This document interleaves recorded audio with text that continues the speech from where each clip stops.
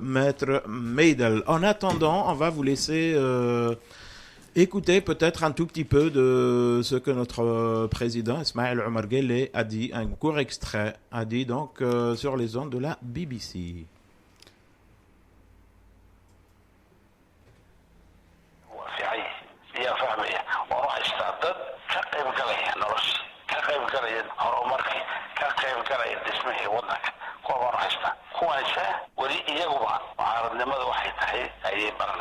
waxay leeyihiin dimuqraadiyaddu waa sida France ay ku arkeen sida ay Brussels ku arkeen fawdad inaan la isdhexyaaco aniguna waxa ma yeelay taas ma yeelay qof aan siyaasad lagu xirin ma hayn qof la dilay ma hayno qof ma garanaysaa ee ra'yigiisa guriga intoo loogu tagay lagu dilay anagu ma hayno waxaasina waxa weeyaan xurmada qofka bini aadamka qolka wadan yahayna kama sii daran laakiin haddii uu doonayo qas haddii uu dabacsan yahay meeshaanan doonayaa meesha ka kacdo oo anaa ku fadhiisanaya ay hadalkiisu tahay lama yeelay dekaa wuxuu doonaya wuxuu doonaya isku sawiro wuxuu doonaya hawl jiro farintiga laakiin annagu waxaan yeelaynaa waxaasi maaha dadka madaxda iyo dadka shacbigaaba waxaan ka midaysanahay inaan waddanka ka badbaadino dhibaatooyin aan ka badbaadino qas waxaan ku noolnahay kapitaalkeena waxa weeyaan nabadda waxa weeyaan deganaanshaha waxa weeyaan xasiloonida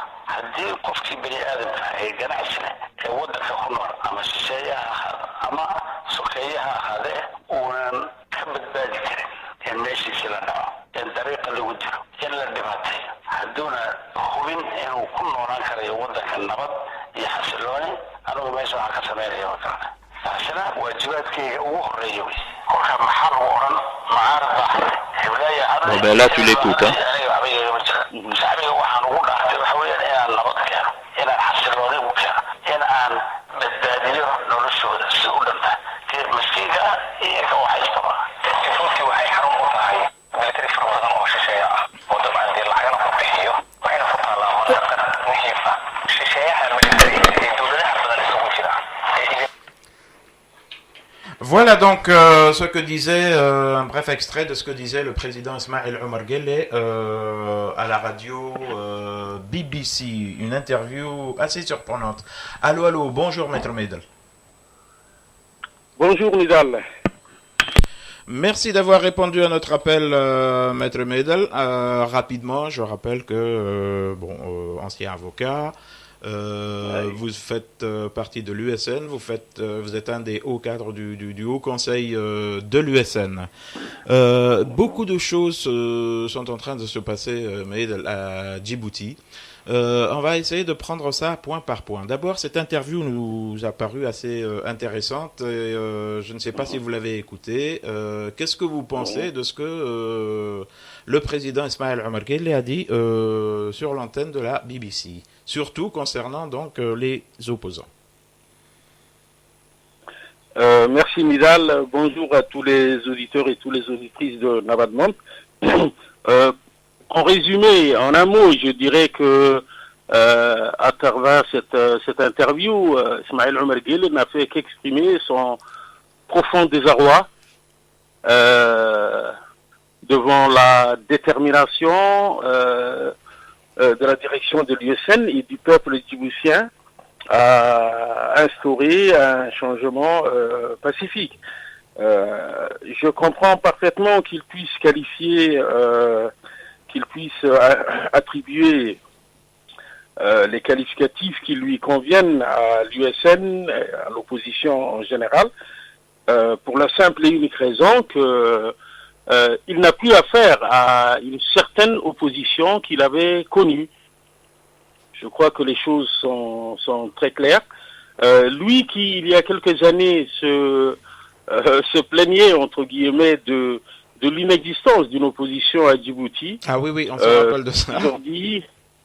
Trouve aujourd'hui que l'opposition lui cause... en fait, il reconnaît que l'opposition lui cause trop de tort. Et je crois que c'est très positif pour l'USN. D'accord. Deuxième chose, rapidement pour aller à notre sujet essentiel, on a vu aussi passer quelque chose qui concerne l'UDJ. L'UDJ qui donc a perdu Allah yarhamou Ismail Guedi et paraît-il ce sera donc sa fille qui va le remplacer à la tête de l'UDJ. Qu'en est-il exactement? Sur ce point, je vous dirais tout simplement que, à ma connaissance, il a été décidé par les instances de l'UDJ de tenir un congrès après la période de deuil ou de visibilité de 4 mois et 10 jours suivant après le décès de regretté Ismail Guedi Hared. Et je pense que c'est au cours de ce congrès que sera choisi le prochain président de l'UDJ, même si je ne suis pas très au fait des fonctionnements internes de l'UDJ. Bien, entrons dans le vif du sujet, si vous permettez, Maître Meidel. Voilà, là on assiste à quand même quelque chose d'assez chaud, on va dire, à Djibouti. Il y a eu d'abord, on rappelle les faits, une immense marche pour soutenir donc le 4e mandat du président Ismail Omar Guelleh. Suite à ça, il y a eu quelque chose de tout aussi formidable, c'est la réaction de l'USN, où on a assisté donc au 20 novembre, pour ceux qui se rappellent encore, à ce que certains ont appelé un nouveau souffle. Quelque chose d'extraordinaire où tout le monde est sorti pour soutenir donc les démarches de l'USN. Et puis par la suite, là on a vu une vague de violence, une vague d'arrestations. On a l'impression que la machine est en train de s'emballer. Dites-nous exactement qu'est-ce qu'il en est. Sur ce point, je ne partage pas du tout. Permettez-moi de ne pas partager le qualificatif que vous avez donné à la prétendue marche du 1er novembre 2015 organisée. Je n'ai fait que reprendre les mots. Soi-disant. Tout à fait, je comprends parfaitement, Nidal, mais je crois, pour être très bref, si réellement, si dans les faits, Ismail Omar Guelleh bénéficiait de la popularité qu'il s'attribue personnellement, je pense qu'il n'aurait absolument pas besoin de recourir à la répression sous toutes ses formes contre l'USN. La répression engagée contre l'USN sous toutes ses formes depuis le 20 novembre 2015 témoigne de la réalité sur le terrain à Djibouti. C'est une répression qui résulte de la panique du pouvoir suite à ce grand meeting du 20 novembre 2015. Et pour plaisanter un peu, pour vous dire que la marche organisée en sa faveur n'avait absolument rien ni de spontané. Je vous dirais tout. On nous aurait donc menti. Pardon? On nous aurait donc menti. Comme d'habitude, il essaye de falsifier la réalité des choses. C'est à l'instar de toutes les dictatures. Ismail Omar, s'il était vraiment à la hauteur des fonctions qu'il occupe, n'aurait pas engagé la campagne de répression qu'il est en train de mener actuellement contre les dirigeants, les militants et les sympathisants de l'USN. Je crois que cela est très clair. D'accord. Et là, la dernière chose qu'on a vue, c'est que votre porte-parole, Monsieur Dar Ahmed Farah, devait être convoqué aujourd'hui. Qu'en est-il? Effectivement, il a été convoqué ce matin au 3e arrondissement, au commissariat de police du 3e arrondissement de Djibouti.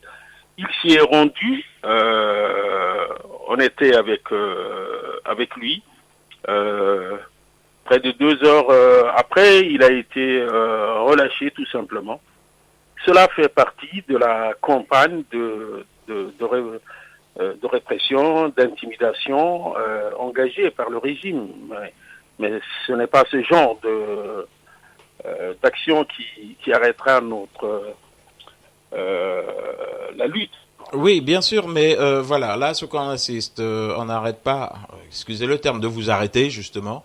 Il y a eu Abdurrahman God, je pense aussi, qui avait été, non, plutôt Meidel, qui avait été arrêté.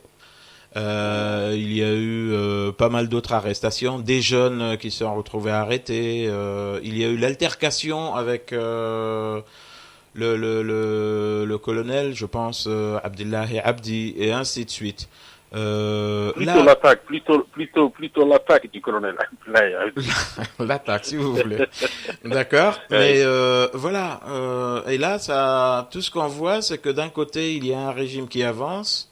Il y a un régime qui est en pleine campagne électorale, et puis on a vu aussi toutes les vidéos là qui sont en train de circuler par le biais de la RTD et ainsi de suite. Campagne qui a commencé donc par le Premier ministre, qui a reçu tout le monde et autres. Oui, mais quelle est la réaction de l'USN, Maître Meidel? Pour l'instant, on ne la voit pas en tout cas. On ne la voit pas, tout simplement parce que depuis ce grand meeting du 20 novembre 2015, c'est une chape de plomb qui s'abat sur tout le pays. Il ne faut pas oublier, et ça c'est très très très important, nous ne sommes pas dans une situation normale, dans un pays normal. Nous sommes sous une dictature. Nous sommes sous une dictature qui empêche l'opposition d'exercer les libertés garanties par la Constitution, ainsi que toutes les activités statutaires prévues par la Constitution et les lois en vigueur en République de Djibouti, mais qui sont quotidiennement bafouées. Bien sûr, si nous nous trouvions dans une démocratie, vous auriez vu les meetings, les réunions d'information de l'USN. Mais comme vous le savez, le régime a pris prétexte d'une prétendue menace terroriste et a instauré, sans vouloir le dire ouvertement, un véritable état d'urgence ou même de siège, si l'on peut dire, à Djibouti actuellement. D'accord. Comment voulez-vous que dans ces conditions, l'USN puisse agir selon les normes habituelles connues dans un pays démocratique? Cela n'est pas possible. Tout meeting nous est interdit, toute réunion, même privée dans les sièges de l'USN, nous est interdite. Vous savez que la liberté de circulation nous empêche, le régime nous empêche de circuler, comme vous l'avez vu le 3 et le 4 décembre dernier, à Lissabié et à Dikil. Vous avez vu tout ce qui a pu s'en suivre par la suite, les attaques quotidiennes, les emprisonnements, les séquestrations, les intimidations de toutes sortes. L'USN résiste à cette vague de répression et entend poursuivre sa lutte pacifique. Monsieur Abdi, en Somalie, monsieur le maître Jama Amre Meidel. Monsieur Jama Amre Meidel, waxay tahay in su'aashaydu madaxweynuhu sidii uu nidaalba sheegayay ama aad degeysanaysay wuxuu siiyey waraysi adeecadda BBC-da taasi oo aan dadka reer Djibouti dhammaantood inay wada dhageysteen aan filayo ama aad loo dhageystay hadalkaasi waxa uu madaxweynuhu sidaan wada ognahay madaxweynuhu waa madaxweynihii dalka muddo 16 sanadood ayuu ka taliyaa wadanka waxa uu qabtay madaxweynuhu waxyaalo la taaban karo haddii ay noqoto xagga boorka haddii ay noqoto maxay ahaydeen waxyaalo badan ayuu qabtay wax imika lagu jiro waxyaalo soo socda waa wax la taaban karo dalka Djibouti waa dal jira waa dal ma garanaysaay ay dadku inta shaqaysa ay mushahaaradooda helaan inta ratreed qaadata ay ratreedkooga helaan nabadgelyadiisu ay stable tahay waxa weeyaan ma garanaysaay wuxuu qabtay madaxweynuhu hawlo badan oo la taaban karo dad badan ay ka marxaati yihiin waxa jirta waxaasi iyo lacag badan inuu dalku helay inaad idinkuba sheegteen laakiin waxa jirta dadka lacagtaasi badan iyo waxaasi siday uga faa'iidaysteen dadku marka dib loo noqdo haddana waxaasi khayraadkaasi kama ay faa'iidaysan dadka boqolkiiba 80 dalka Djibouti waxa ay ku jiraan dhibaatada waxa la yiraahdo poverty ay ku jiraan taasina waxa weeyaan ta sababtay hadiya jeer inay dadkaasi kuush populaarka la yiraahdo ama u badan dadka reer Djibouti inay ku nool yihiin faqri ay yihiin dadka doonaya inuu isbedel ka dhaco jamhuuriyadda Djibouti ama dadka idin taageersan haddii dadka markastoo aad meel istaagtiinba aad idinku soo baxa hal ma garanaysa cabsidana galiya baan u maleynaya xataa inay waxyaalo badan ay wadanka ka qabsoomaan haddii aad talada la wareegtiin maxaad u qaban doontiin dadkaasi ma garanaysaayay boqolkiiba 80 ay noloshoodu aad u hooseyso oo intooda badanna ay yihiin dadka idin raacsan cabdi waad mahadsantahay su-aashaadu dee aad bay u dheer tahay dhowr geesoodna way leedahay bal waxaan isku dayay inaan jawaabtayda soo koobo waa ta u horeysa ee horta waddanka Djibouti waa waddan jira taa cidina shiki kagama jirto madaxda USN shiki kagama jirto in uu waddanka Djibouti amni iyo nabad hayana cidina ma inkiri karayso ilaahayna ha noogu wadaan leena laakiin sabid hal ogaadadii amnigi iyo nabadgelyada Ismaaciil Cumar Geela ma hayo ilaahay ka sokow ummadda reer Djibouti baa haysa ummadda reer Djibouti ayaa haysa waxyooga badan ee sheegaysiin waxaan uu qabtay Ismaaciil Cumar ahayna anigu mid quraan kugu jawaabaya oo de laba la isma garab dhigi karo waxbuu qabtay iyo ummadii faqri bay la jiiftaa de isma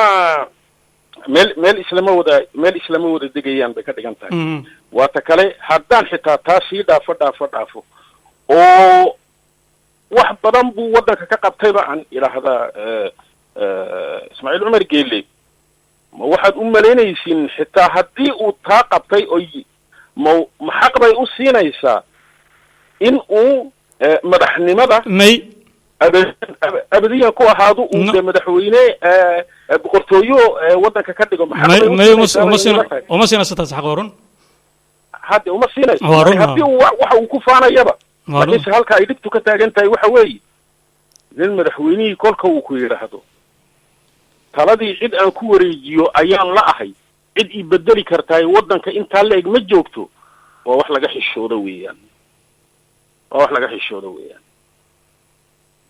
taladu ummadda gacanteeday ku jirtaa iyadaa ciday doontana dhiganaysa ciddii ay rabtana ka qaadaysa Ismaaciil Cumar Geele mid qudaa laga rabaa war waxa weeye madaxweynihii dalkaa tahay mas-uuliyad baa kaa saaran dastuurka mas-uuliyado badan ku saaraya mas-uuliyadda u horreysay waxa weeye in ay waddankani doorasho xalaalihii ay ka dhacdo weeyaan ay ciddii ay doonayso taladu ummadda u dhiibato bal waxaad ii sheegtaan walaalahay oo ninka kule maya ee doorasho xalaalihii waddankan kama dhici karayso waxa lagu tilmaami karaay ma wax laga meermeeraa haddii aanan ahayn dictator keligii taliye haddii aanan lagu tilmaami karin aniga maahina cid kale talada waddanka ma qaban karayso kolka uu qofku leeyahay maxaa macnaheegu muxuu yahay voilà c'est grave et puis on attend quelque chose de très important ici maître Meidel.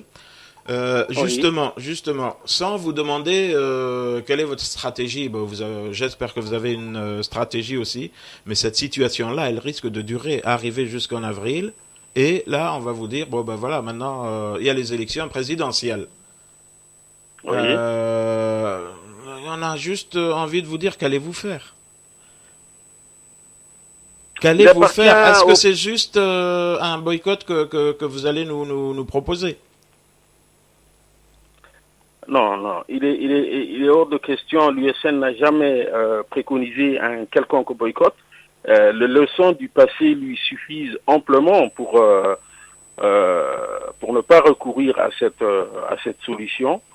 Il est vrai que la situation qui prévaut actuellement, si elle perdure, met gravement en cause et met en péril la paix et la stabilité en République de Djibouti. L'USN a toujours préconisé que le changement intervienne de manière pacifique. Pour le reste, il appartient au peuple djiboutien de prendre ses responsabilités face à la situation à laquelle il sera confronté. Mais ce qui est sûr, c'est que l'USN ne participera pas à une prétendue élection dont les conditions de transparence ne sont pas garanties. C'est aussi simple que ça. Elle ne cautionnera jamais une fraude électorale. haddii ay sii socoto waxaan arkaynaa iminka baryahan u dambeysay inay ka socoto qaqabasho aad u badan oo idinka soo gaadhay idinka ururka ESN waxaana soo dhow waqtiyadii kampaniga waayo xisbiga RBB iyagu kambanigooga way galan sidaan arkayno haddii ay idinku sii socoto idinka qaqabashadaasi iyo cagajuglayntaasi sidee baad maxay tahay waxa idin yaalla inaad kaga baxdiin waxaasi haddii ay ku adkaysato dawladdu inay idinka joojin weydo cagajuglaynta aad qaban weydiinna shaqadiinii mucaaridka waxa weeye way caddahaan u malaynayaa talisku isagu waxbuu goostay wuxuu goostay in uu cagajuglayn xadhig kacabsiin ayuu ku talagalay USN-na waxa ay ku talagashay sida aan hadda horta inii soo sheegay inaanay ka qayb geli karin doorasho aanan xalal ahayn waad sheegteen taa iyo lagu noqon ma horaad u sheegteen taa si fiican baan u sheegnay waxa kale oonse sidii iyo hadafkii u yiilayna way wadanaysaa kolba xaaladii la soo gudboonaatana go-aan cad bay ka qaadan doontaa haddii ilaha idhaahdo waxaa kaloo jirta mutarjamac waxayaan ururka yeesan maanta waa urur siyaasiya oo mucaarida oo aad u xoog leh aadna isku haysta dalka Djibouti waa dal degan yihiin ciidamo ajaanibihii oo iyo waxaana dalka Ethiopia 100 milyan ay ku nool yihiin ay wax u maraan oo ay dalka Ethiopia legitimate tahay inay xataa haddii ay dhibaatada idinka siyaasad ahaan haddii ay carqalad u geysato iyaga inay taabato arrimahooga haddii idinka idinku sii socdo pressiongaasi wadamadaasi awoodda leh ee dalka degan ma idin noqon karaan inaad mediator inaad dhibaatooyinkiina wax laydin dhexdhexaadiyo run ahaan waxaan u aragnaa nabadgelyada iyo amniga Djibouti dee alxamdulillahi rabbil caalamiin ummadda reer Djibouti ma khusayse halka uu ilaahay dhigay wadankeena ayaa ka dhigtay goob istiraatiijiyadeed oo ma aha wax shakhsi uu ku faani karo oo anaa waxaan keenay iyo anaa ciidamadan soo dejiyay waxaasi ma wax aqliga gala maahina goobta uu ilaahay wadankeena dhigay ayaa siisay dawladda iyo istiraatiijiyadda ay caalamkii oo dhan ay ku soo wadano badanina ay saldhigyo military ku leeyihiin waxaan aaminsannahay in wadanadaasi dee ay aad u daninayaan laftigoogu amniga iyo nabadgelyada wadanka Djibouti wixii waajib ka saaranna si ay u badbaadiyaan uma malaynayo inay ka hagran doonaan d'accord D'accord, Maître Medel, on va... là, il est bientôt 15 heures. Je ne sais pas, tout ce qu'on peut vous dire, c'est bonne chance et c'est faites gaffe à vous. Mais est-ce que vous pensez sérieusement maintenant, s'il vous plaît, qu'il y aura une solution d'ici le mois d'avril? Pour l'USN, bien entendu. Nous l'espérons toujours. Nous l'espérons toujours. L'USN a toujours appelé à une solution pacifique des conséquences de la crise post-électorale née du scrutin du 22 février 2013. Elle est toujours sur la même ligne. Il appartient à l'autre partie en face de prendre ses responsabilités et d'assumer pleinement ses obligations. D'accord, mais sans être Madame Soleil, voilà, on peut plus ou moins prédire que le parti RPP va continuer de toute façon sa campagne, va continuer à vous enfermer comme ça de temps en temps. Surtout qu'ils ont déjà, j'ai l'impression, deux chevaux de bataille, à savoir Hassan Idriss et puis Mohamed Moussa Tourtour. Donc il y aura des élections à Djibouti, tout le monde va aller vérifier, tout le monde va dire que c'est bien déroulé, sans l'USN bien entendu. Est-ce que vous ne pensez pas que vous risquez de tomber dans ce piège tendu? Personnellement, je n'envisage pas ce scénario qui a beaucoup fonctionné par le passé. Justement, c'est pour ça que je vous en parle. Les choses ont beaucoup évolué à Djibouti, ce qui fait que ce scénario ne me semble absolument pas plausible. Maître Jamac, waxa weeyaan haddii aad qabatiin talada waddanka maxaad kaga duwanaan doonteen idinku xukuumadda iminka talada haysa maxaad soo qabantiin dadka faqrigoogu inta badan lagu tilmaamayo anu erey quraan kuugu soo koobi lahaa cabdiyow barnaamijka USN ay wadato bini aadan iyo ummad horta waa shayga ugu qurahatay ee deeqi waa cadaalad weeyaan cadaalad in wax walba lagu saleeyo waa lagama maarmaan weeye ninkii doonaya programka USN-ta inuu ogaadina wax alla waxa uu maanta ku dhaqmaya taliskaay wax alla wixii dawo u noqon lahaa weeyaan waa maamul wanaag waa cadaalad waa sinaan waa hantida ummadda oo la dhowro waxaasoo miidhan ayaa horta asaas u ah waxaa soo raaca programyada kale ee dee qorshayaasha kale ee dhaqaali iyo xagga tacliinta haddii ay noqoto xagga saxada hadday noqotona qorshayaasha oo dhan way u diyaarsan yihiin weesane laakiinse wax walba waxaa ka horeeya aqal kolka la dhisaya dee asaaska ugu muhiimsan soo ma bulshada iyo waddanka haddii uuna ku salaysnayn cadaalad sinaan midnimo haddii uuna ku salaysnayn wax alla waxaa doonay aad ka qabato oo dhani wax alla wax uu aqalkaay ma dhismi karayo waxaa ka maqan fondation baa ka maqan dee asaaskii baa ka maqan horta in la soo celiyo tiirarkii waaweynaa ee dawladdu ay dhahayd wixii dawladnimo